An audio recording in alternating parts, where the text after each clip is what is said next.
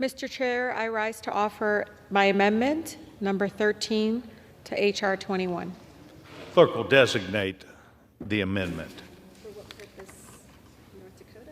Excuse me, for what purpose does gentleman from North Dakota seek recognition? Mr. Chair, I reserve a point of order.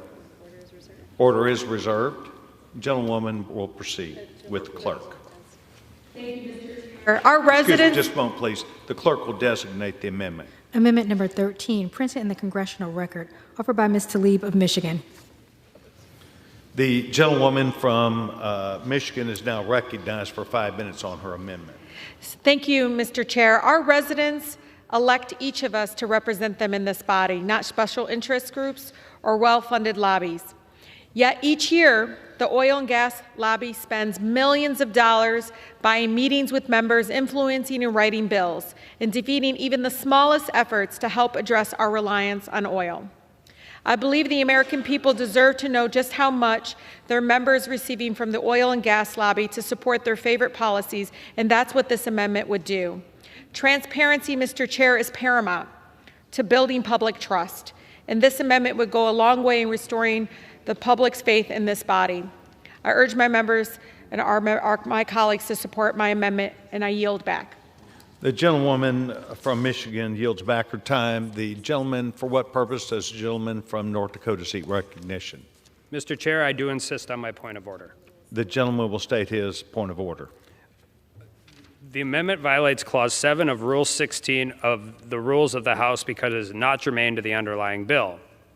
Specifically, the bill limits the drawdown of the petroleum in the Strategic Petroleum Reserve until the Department of Energy develops a plan to increase the percentage of federal lands leased for oil and gas production. This amendment requires the chair of the Federal Election Commission to submit to Congress a report of certain campaign donations. Campaign donations are outside the scope of H.R. 21. I would also suggest that the disclosure of campaign donations falls within the Jurisdiction Committee on House Administration, but that committee does not have any jurisdiction over the subject matter of H.R. 21. This amendment is not germane. Does anyone else seek to be heard on the point of order? The gentlewoman from Michigan is recognized. Thank you, Mr. Chair.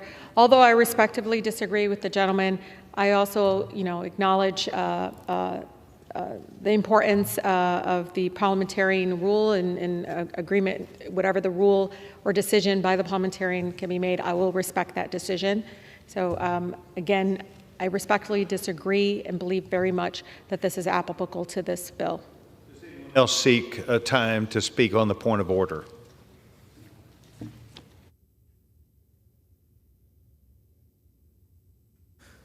The chairman is prepared to rule. The gentleman from North Dakota makes a point of order that the amendment offered by the gentlewoman from Michigan is not germane.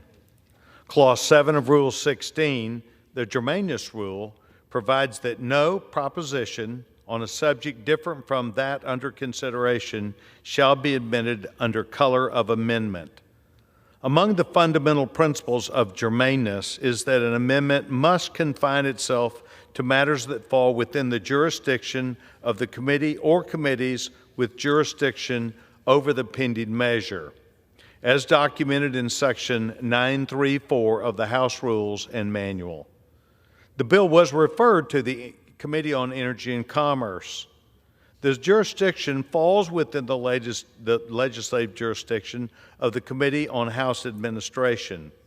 By addressing a matter within the jurisdiction of the committee not representing the bill, the amendment is not germane. The point of order is sustained.